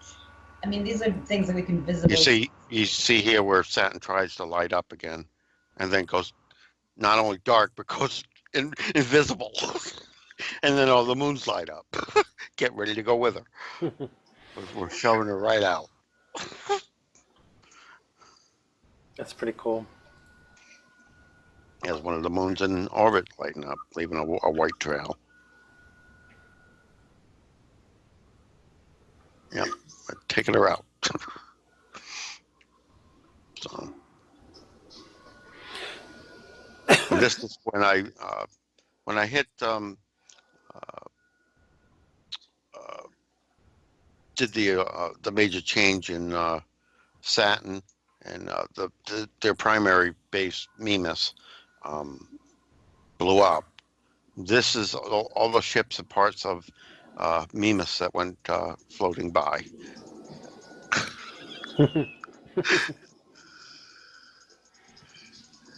Debris, the ships and everything.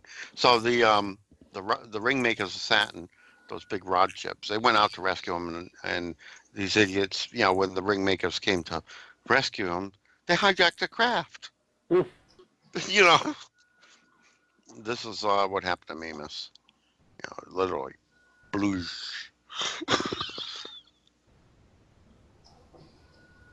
And now she's got big cracks in her, and no more atmosphere, and they've been trying this because the Dracos, they're clinically insane because they'll keep trying to do the same thing again and again and again, expecting a different result. Right. So they moved it from Mimas to the next moon to the next, and they keep trying it. And all they're doing is every time they do it, they're blowing up another one of their battle stations. It's clinically insane. Yeah. It's about the only way you can describe them. Yeah. And if you one of them, they're still pissing atmosphere.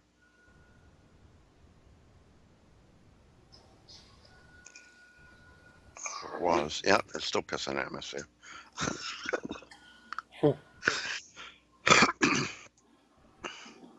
Right there. Pissing atmosphere into space. No, is that coming from inside? Yeah. These are, people need to understand, these are not actual moons. These are battle platforms. Well, actually, there were moon stations built by the progenitors way back.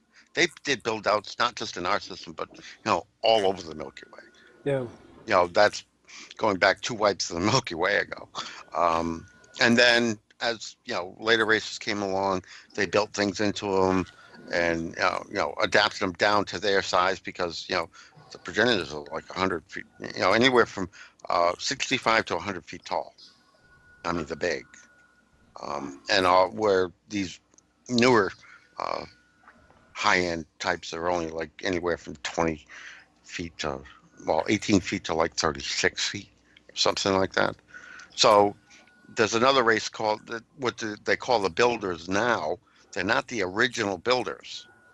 They are the ones that worked out, the progenitor technology enough to know what to do with it. They look like frogs. It's these algok. And they call them the builders now, but they're not the original builders. They're the ones that have been doing, for a long time, the retrofits on all the progenitors stuff. Are those the ones 18 to 36 feet tall? Yeah, the builders are like that too. No, the builders are they're only about 12 feet tall. They're sort of like in between, but they're very, very smart. Yeah. The reason I ask you such a simple question of this stuff's coming in, so you will go in and explain in detail, just so somebody. These guys are about the same size as the folks from Tiamat. Well. Yeah.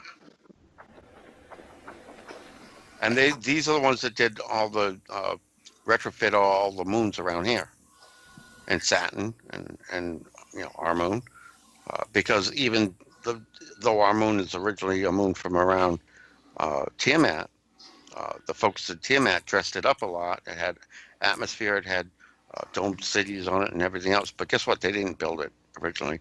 Again, that goes back to the progenitors. They built it. Oh, there's the ones I've got of them in the stasis chambers. Yeah. That's the folks from Tiamat.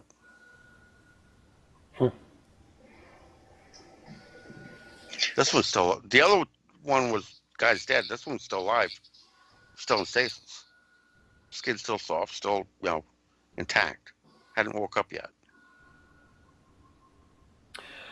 That's just mind-boggling of us being simple at the moment of understanding the technology and what kind of being that person is. Yeah. Now these are a project of Gaia. This is I call them the Sea Stack.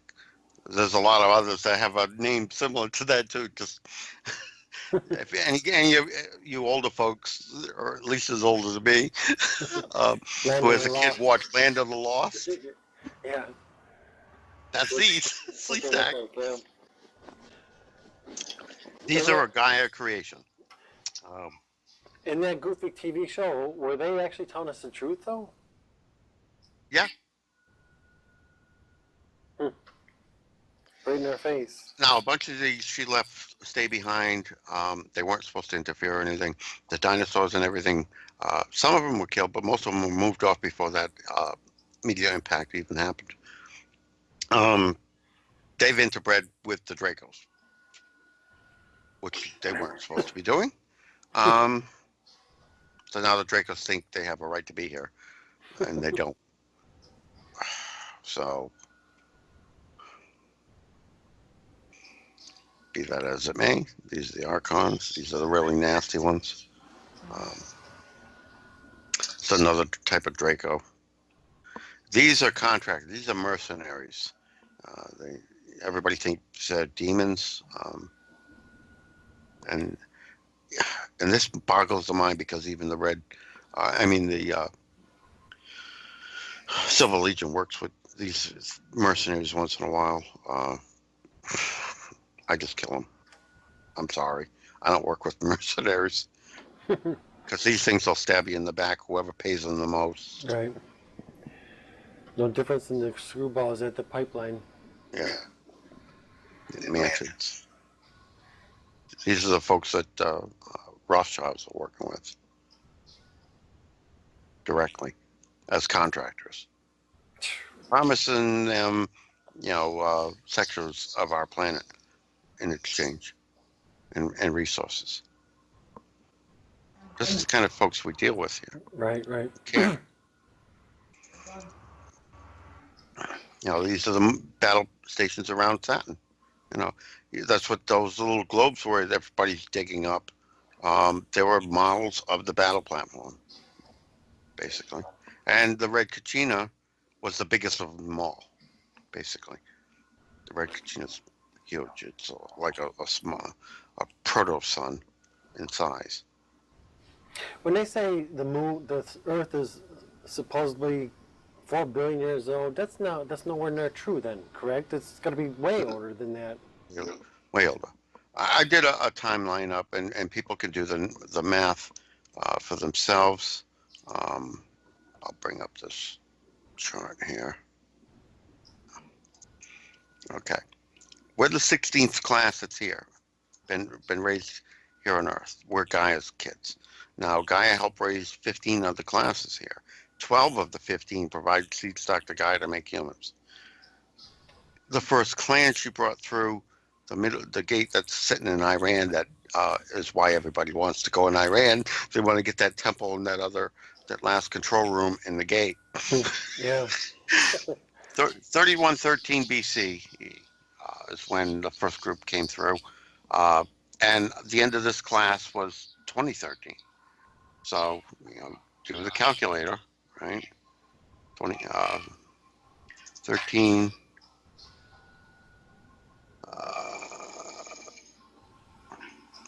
No, that's wrong. Erase that. Let me set up here.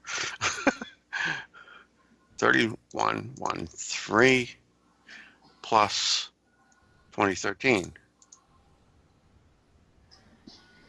5,126 years. That is the cycle of our brown dwarf. That it goes out around the black hole, swings around, comes back in. Does pass by. That's Right. one classroom of beings. Created, graduate to space. That's how that works. Do that times 16.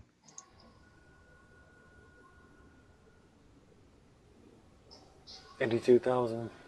82,000 years. That's how long Earth has been in this system. That's prior to that, it was brought here through the Sun Gate, and has been in existence through both wipes of the Milky Way. Prior to that, but when you bring any planet through the Sun Gate transit system, you automatically reset any chance of carbon dating or any of that crap. So this planet is really, really old. And the inside is all built out. Because this planet was originally one of the planets that was, in the home system of the progenitors. So was our sun. The stuff that they left behind. That Gaia found, and Eve asked for and had the sun brought out here. So, I mean, there's a lot of genetic memory in folks who were originally tribe on this planet of us having two suns, because we did for a while. Both Saturn and the sun we got were both. And once they got the sun we have now working right, they shut Saturn down, kicked him to the curb. So did Satan get kicked out of the heavens? Yeah, because Satan is Saturn. Now, how? So that's what I mean. There was a lot of truth in the Bible if you know how to read it. And in a lot of the religious books, there's a lot of truth if you know how to read it. Yeah.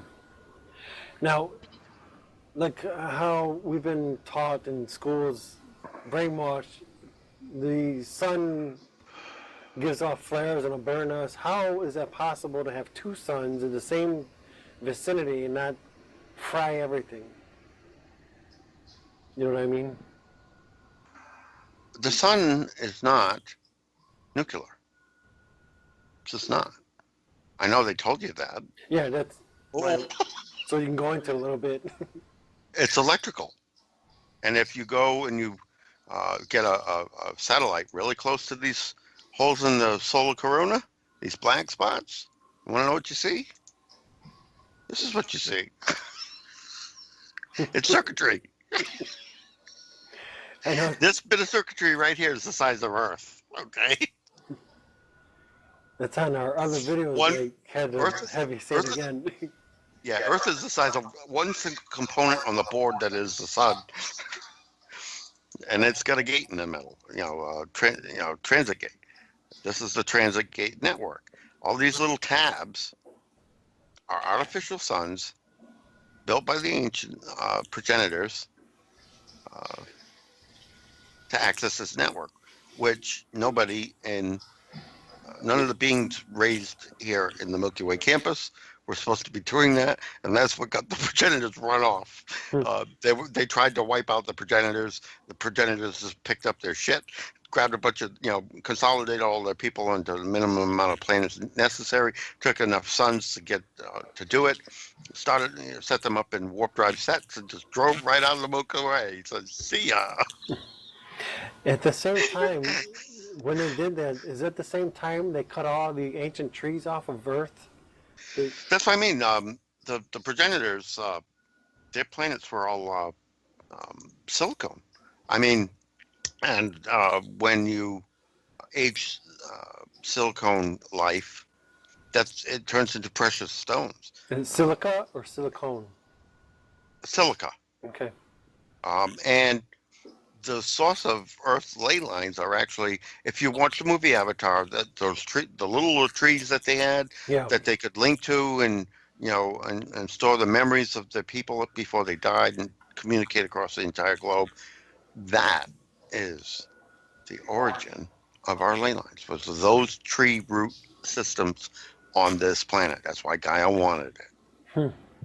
Well, That's also why diatomaceous earth is so helpful in storing stuff with people. I've got them all on like diatomaceous earth, which is atoms. And if you go out and visit the important. what they call the petrified forests, you'll see and all that's left is some limbs out there. As they decayed, they turned into precious and semi-precious gems, stones. So, yeah. So, Patty, earlier when you were talking about this is why there's such a big difference. I know we've been talking with several different people, but the difference between what your memory is, what a false memory is, what this MyLab stuff is, and also this Mandela effect, they're all different things. Yeah. And people are Here's a sample. That's Devil's Tower. That's a tree stump. right. Okay? It's pretty blatantly clear.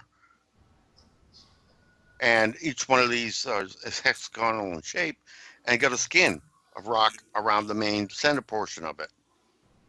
And Just even, like cells. yeah, even this is something I just recently learned. Yeah. just like Avatar. Here it goes. Yeah. Done. And you look at some of these things, these are the cut off stumps. You see these all around the whole globe. And there's an amazing movie, right? It's the last remaining tree on Earth. If people Google that, it's amazing. That puts things back into perspective. Last tree on Earth.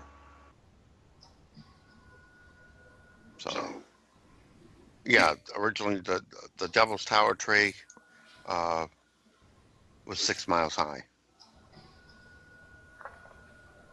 That's to put it in scale. You see the remnants of it. You see like Cypress Hills, what's left of it. We think they're little mountains or badlands or something, but that's trees. Close that. When you go out to California, and this is just an oddball thing, in the middle of that valley, if you turn it sideways, there's a tree stump there that actually forms, with the landscape and everything, the frickin' Eye of Ra. Go ahead, put it sideways. Go out to the California where all the flood stuff is going on. Yeah. Right there. And this is an old tree stump right in the middle. That whole mountain range is nothing but a tree stump. There looks like it really is. When you Yep. zoom down in. That's a tree stump. And those lines. And when you zoom out, that creates the Eye of Ra. Yeah. What were you saying, Karen? I was just going to say, if people look really closely, because a lot of people haven't seen these type of colored lines on our Google Earth, that's the ley lines or vortex lines. Yeah. That tree grew right next to a junction of ley lines. That'd be a pretty powerful tree. Yeah. And that's why we've got medicine wheels and stuff too. Like that's why I've got the second largest medicine wheel up here. That's Well, you won't see a ley line going right through any of those tree stumps either. the water lines here. Coincidentally, if you look around the globe where any of those are and you cross-check them with the major ley lines, there aren't any. You will not find a tree on or a ley line or on a junctional ley line because they can't. The ley lines was an entirely different type of tree root system that they could communicate across the globe. If It reminds me of the ringing cedars of Russia, the whole cedar wood, but it also reminds me of the ringing, the tone, the vibration of what we were doing. Oh, I gotta talk about this too. The Omega base, why did we choose that one to flood? Mhm. You see the water out here and everything. They had big ass tanks under there. They were sucking water out of this river into the tanks, and they were deliberately going to portal dump it into the dams that were already full and cause a cascade failure. Well, I don't think people quite And get we only had 3 days to work with. We had to do this, quick, because basically they were going to do this tomorrow. The tanks were going to reach full, and they were going to do it tomorrow. yeah, well. Say that, Karen? what people need to take into consideration here is that what Patty and the other special forces and the operations teams are doing is averting and saving lives. They're not going to be, this is not for public disclosure because this is inside, if you want to say our nation's or national security. And what it is being shown is that they averted things. So a lot of people see it's going to happen, but there are people behind the scenes like Patty and other people making sure that the lives of the tribes are saved. There's another fact, and I got this from the enemy, who were supposedly on our team. Who was going to portal that water? The cabals, to kill all the humans. They want to, they still think they can have their way.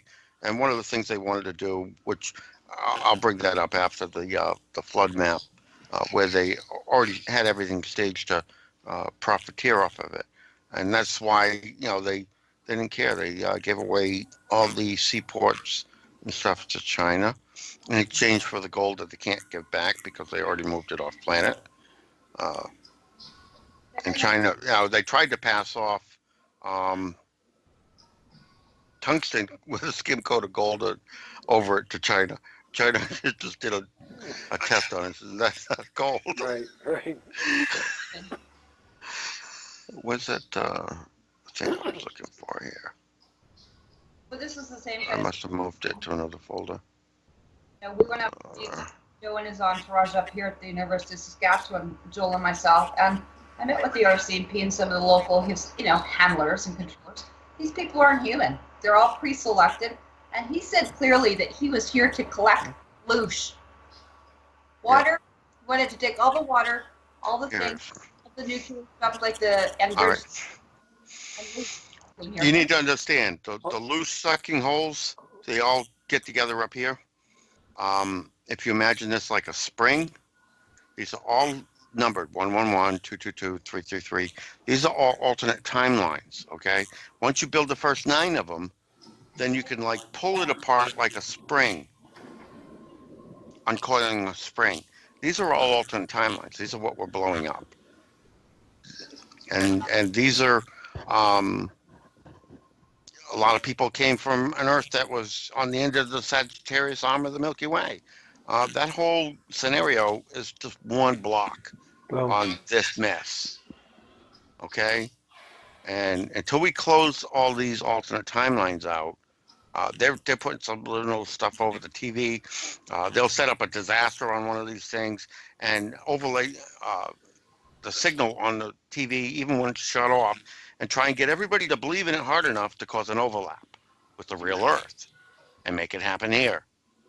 Right. That's why the land masses and stuff are shifting around. Those are places where they've managed to permanently merge things in.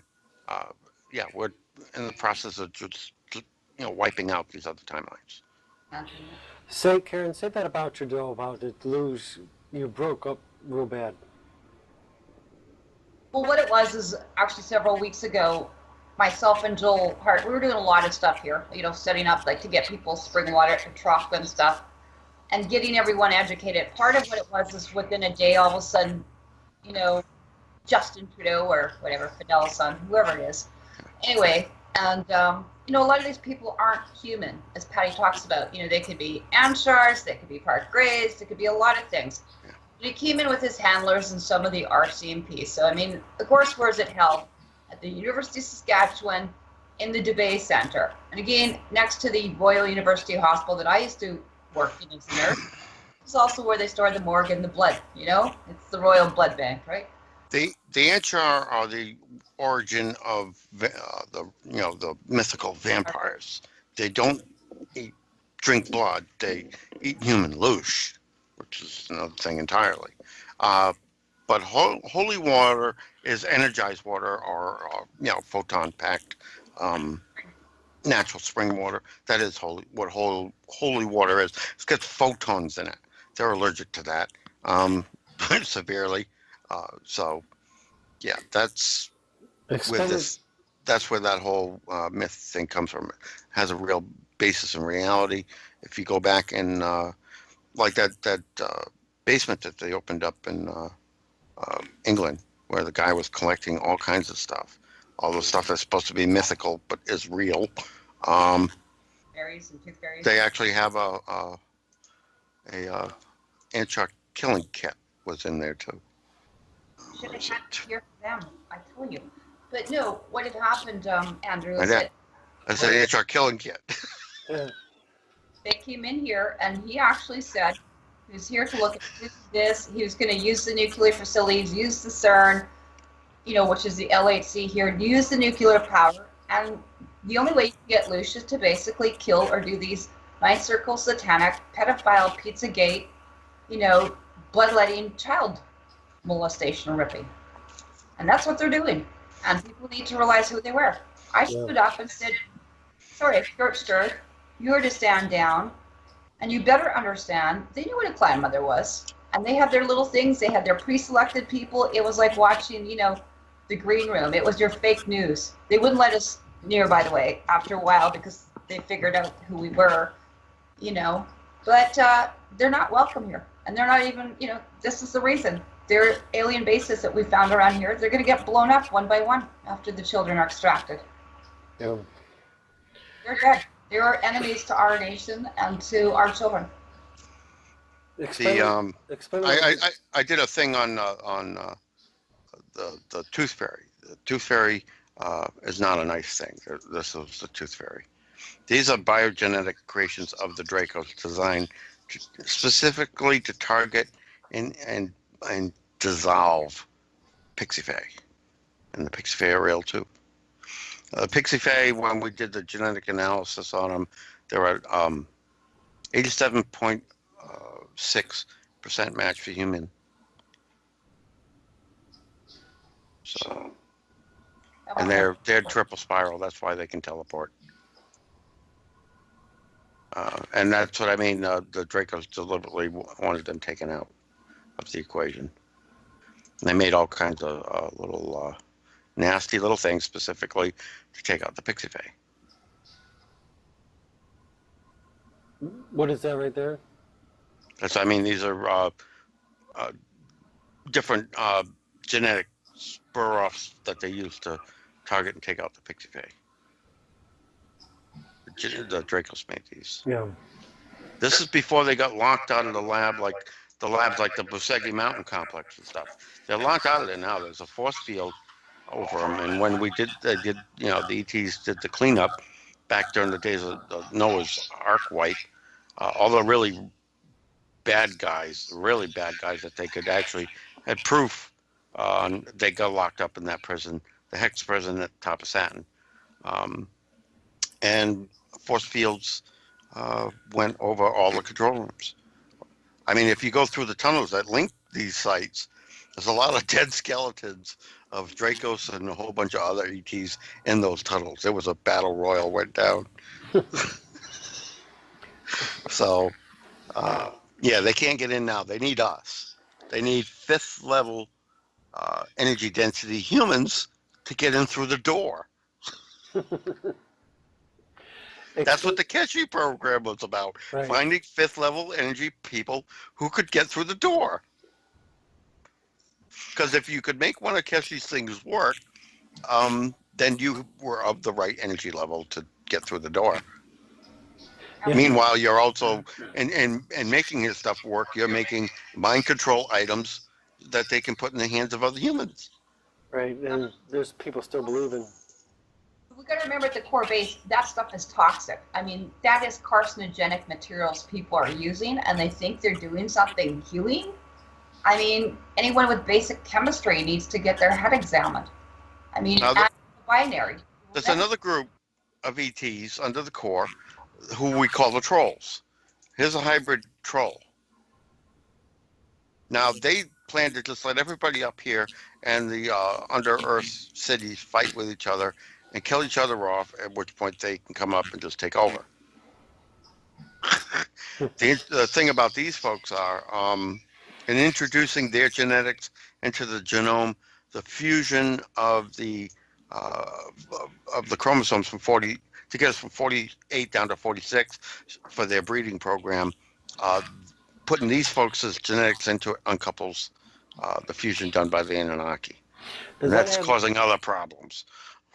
47 chromosome humans. Yeah, is that why they push eating pork so much? Yeah, absolutely. I mean, that's, you get your humans and your boars together and look what you've got. But I mean, that's where people really need to get back to basics. I mean, how many people are even sleeping with people? They don't know their blood types. They still don't know their bloodlines, their factors, their rare blood types. Well, and then you got to understand, Karen, also, the cabals have forbidden medical professionals to even tell them anymore. They don't want you having that data. I understand it, which is why people can get an Elven clan, card and go online now. Amazon's, there's no excuse for this stuff because we can go and get all this stuff online even. Oh, I know they don't want them to have it. I mean, after 30 years nursing, but people also have to know that there are also records that they have the rights to go get. There's a way to override this every time. Explain a little bit of the difference between blood and luge. Luge is energy. It's every human body produces a range of energy. That's what you capture when you do a Kirlian photograph. That's your energy field. Right. Okay. Same thing here. Now that comes in a range of frequencies. Where's my chart here? Go too quick here. And it's only from 250 below and below on the chart here, 250 megahertz or below, that they can feed off of. Now, if we go to 5th level energy density and get restored to triple spiral, we move right out, not only their ability to feed off of us, but out of their ability to even perceive us and therefore interact with us in any manner. Well, exactly what I'm doing, like on the biofeedback. So that's the same thing we're seeing from a different perspective. Yeah. Again, on the DNA side of things, that was part of why the hybridization program went down. Not just for that purpose, but also so that once you get at a frequency level low enough at the DNA level, the Dracos can hijack you and take your body. Which is what we're seeing, I think, with, the TR4s and stuff up here, and what we're seeing with these scanner planes, because all of us can feel it. Our heads are just bombarded. I mean, there's many of us here that our chakras are somewhat open or have been getting people healthy enough. We can feel it. Just with the magnetics, with them scanning every night here.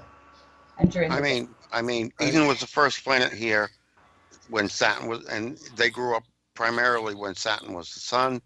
That's why they crossbred Fae types, the Elven types, with humans to lower your DNA frequency. It also caused another screw up at the genetic level. Your DNA at the frequency, there used to be, female and male used to be separate, and now there's a heavy frequency overlap that causes other problems, causes misconnects. The true blue avians, not the Blue Sphere Alliance, but the true ones, were hired by Gaia originally. If you weren't done with your classes here, when you died, they took your soul uplink from your existing body, matched it frequency-wise, depending on whether the next part of your class needed to be male or female, and attached to the appropriate type fetus. Now with this overlap, they're making misconnects, and it's not their fault. There's no way they match it up via DNA frequency. Yeah, at week 10 to 12 in the womb. On the video we did, on video number 12 goes in great detail about that. And also on the skiing, Yeah, I just posted a thing on Facebook yesterday.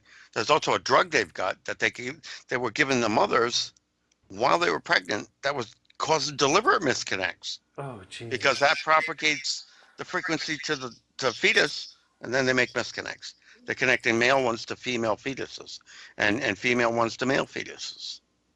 Well, This is why it's so important to get back to natural stuff, and especially with women, getting cleansed out, doing the yoni things. It's not just the fertility, but it's absolutely no vaccines, no synthetics. Yeah. And here's the thing: if they do a misconnect, you don't procreate. right. That's part of Agenda 21 and Agenda 2030. Sterilization. And all the folks that are in the United Nations, they're all cabal. They're all in on it. They want you dead. Right. And also on the Project Ascension video 19 and 21, Karen goes into great detail on skew. Go. Now, if you look at a human fetus, all the way up to week 12, the heart sticks way out because that is where your soul uplink goes. Once that connects, the head and everything curls around and protects it. Yeah. And that ties into the neural arc. And this is actually, you're seeing a DNA scan that I do through the SKIO EFPX biofeedback. We can actually scan the genes genetics to see if they're like somewhat intact, if they've been damaged, where the chromosome damage has been done, and then more importantly, how to fix it. The cabals track that around the entire globe. They have, these are the letters of your coding of your DNA. A 1.00 means all the data's there. Anything less than a 1.00 means that DNA has been busted open and the interlink data that was in it is gone or fell out. And they track this around the entire globe. Cabals do. They have control groups around the entire globe from everywhere that they track just how well they're damaging you. This is the NCBI, okay? I think that's why it's really important. I was just looking at something Dr. Paul Duran was doing. We have university medical schools, IQUIM, in Hawaii. And we are medically trained as doctors, not just as nurses, but as professionals now. And this is what medicine is. It's not the hospitaliers and the Illuminati and the Masonics, little Freemason things called hospitals. It's outside the hospital where you actually get the education that we can actually provide to people and have them trained in integrative medicine. Get past a lot of stuff. Like I said, there's public hospitals, and then there's the private hospitals, there's the military hospitals, there's the noble and royalty ones. And this is what we get when we move up. So we have the technology. It's not like we don't. And there are many different SKIO or indigo or doctors. Not only that, they're cutting your DNA. If you look at this is a graph of DNA, how it is size-wise, and we got a sample smuggled out of the Draco slab from 2,500 years ago. Okay, look how much longer they all were. Yeah. They're systematically wiping out all the options that humans were capable of developing into originally. That's what Guy is trying to put back. Should I add him? Oh, it's not even asking me if I can add him. Hold on, let me pause. I'll ask him. I can ask him. Just go ahead, and then I can go in. Go ahead. I pause. Go ahead. Do whatever you want. Yeah, because it's not even letting me add him.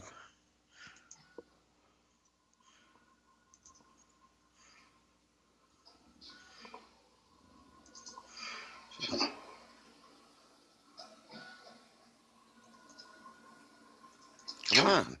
Are we on pause or you're doing it? Yeah, it's a pause. I paused it. It's on pause. Okay.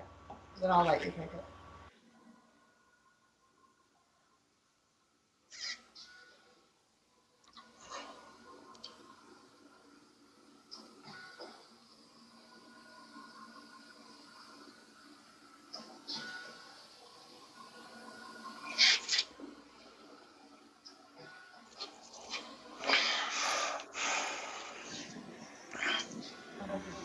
I talked to him for a couple hours yesterday. Yeah. Yeah, it's my new best friend. I talk to him almost every day at least once. And he talked to Lisa for one, directly for several hours yesterday too. Yeah, we're all getting there.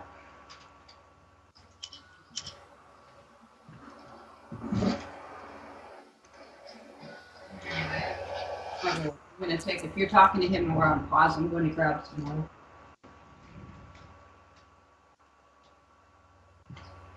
Yeah, any of the guys on here? Well, I mean, what's our time counter up to on that, Andrew? Yeah. Might as well kill it there.